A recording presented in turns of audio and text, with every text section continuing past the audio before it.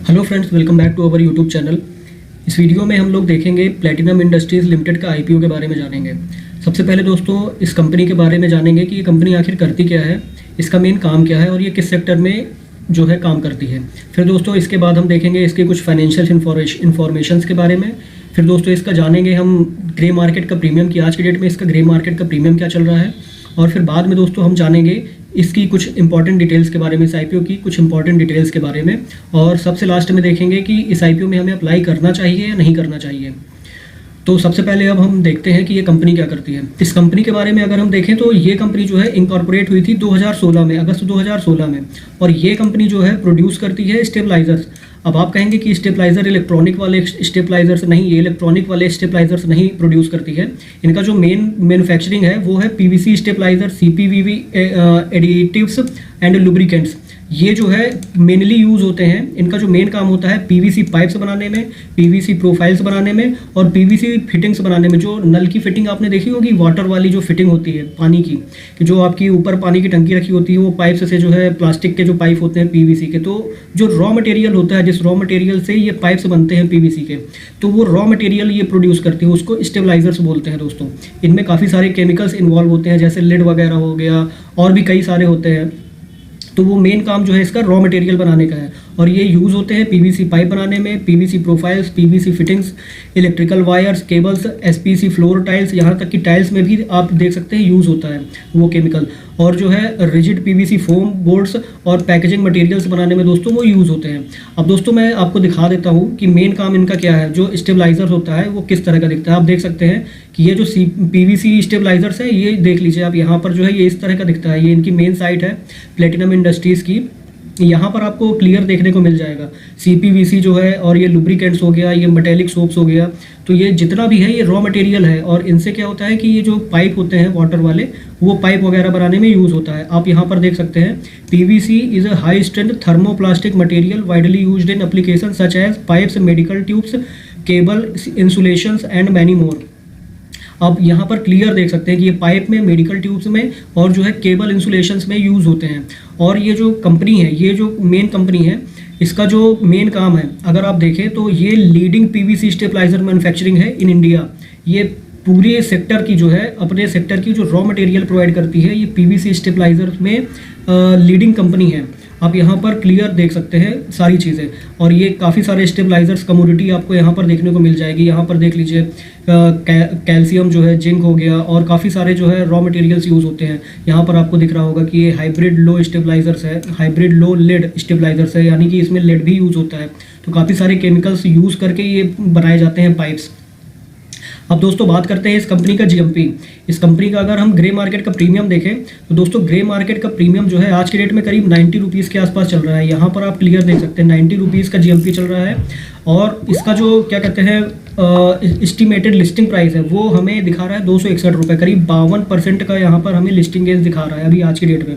अगर हम कैलकुलेशन करें तो इसका जो एक लॉट है करीब 87 क्वांटिटी का, तो 87 इंटू अगर हम करें 90 तो आपको मिल जाएगा यहाँ पर जो है करीब 14,616 रुपये। यहाँ पर 14,616 रुपये जो है आपको एक लॉट पर लिस्टिंग गेंस दिखा रहा है।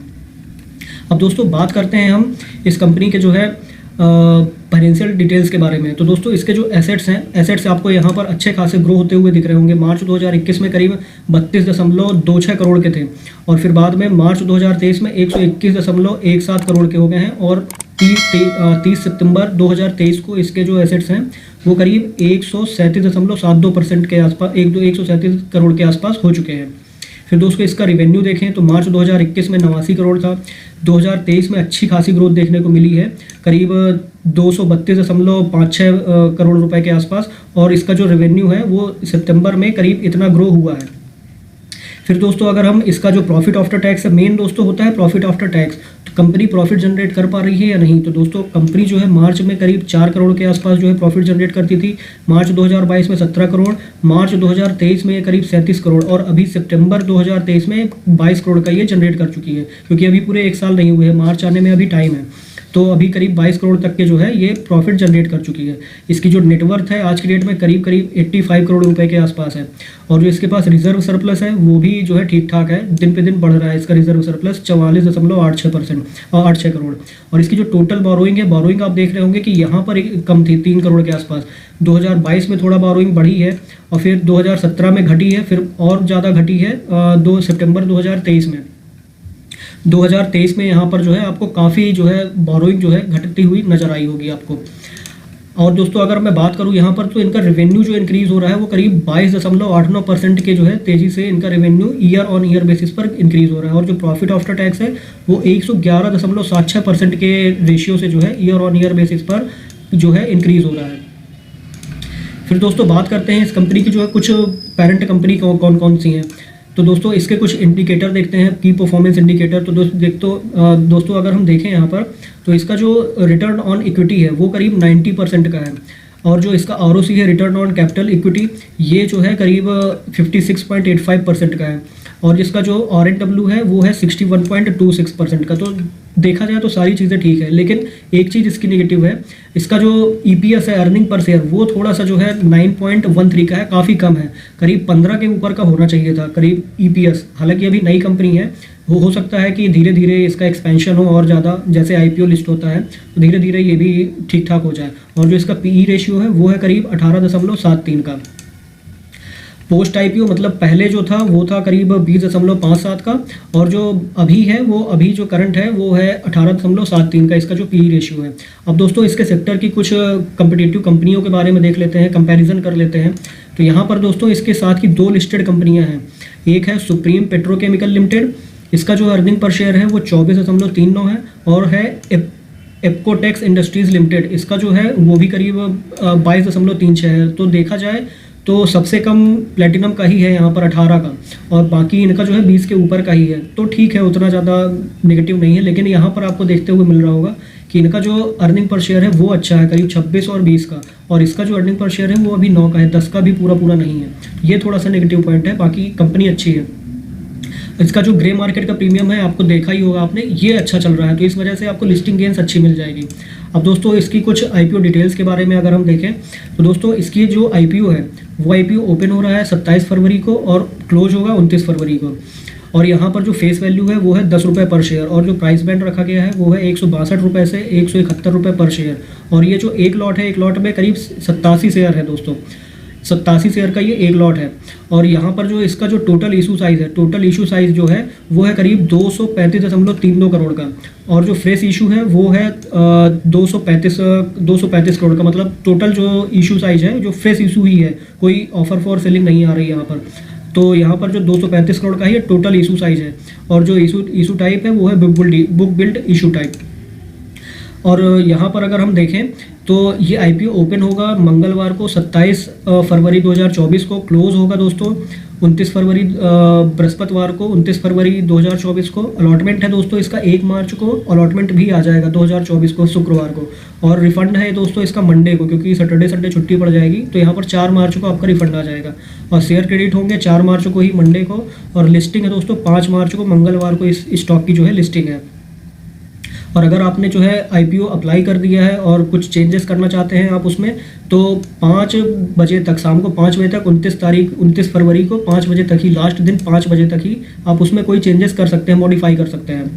अब दोस्तों बात करते हैं कि रिटेल सेक्टर के लिए यहाँ पर जो है कितना % रखा गया है। तो QIB शेयर के लिए रखा गया है 50% और रिटेल के लिए रखा गया है 35% और HNI कैटेगरी के लिए रखा गया है 15%, जो कि हर में मैक्सिमम होता ही है। और यहाँ पर दोस्तों रिटेल सेक्टर में अगर आप अप्लाई करते हैं एक लॉट, तो यहाँ पर आपको एक लॉट में 87 शेयर होंगे और आपको अमाउंट पे करना पड़ेगा 14,877 का। और रिटेल में कैटेगरी में मैक्सिमम आप अप्लाई कर सकते हैं 13 लॉट, इसमें से टोटल क्वांटिटी होगी शेयर की 1131 और इसके लिए आपको पे करना होगा 1,93,401 रुपये। HNI कैटेगरी में अगर आप देखें, स्मॉल HNI कैटेगरी में मिनिमम तो आप 14 लॉट अप्लाई कर सकते हैं और इसमें शेयर होंगे 1218। इसके लिए आपको 2,08,278 रुपये यहाँ पर आपको पे करने होंगे। और मैक्सिमम आप अप्लाई कर सकते हैं 67 लॉट, और इसमें जो है आपको शेयर मिलेंगे 5829 और इसके लिए आपको पे करना है 9,96,759 रुपये।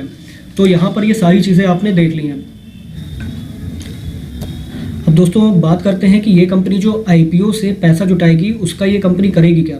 दोस्तों इसके 3 पर्पस है मेन।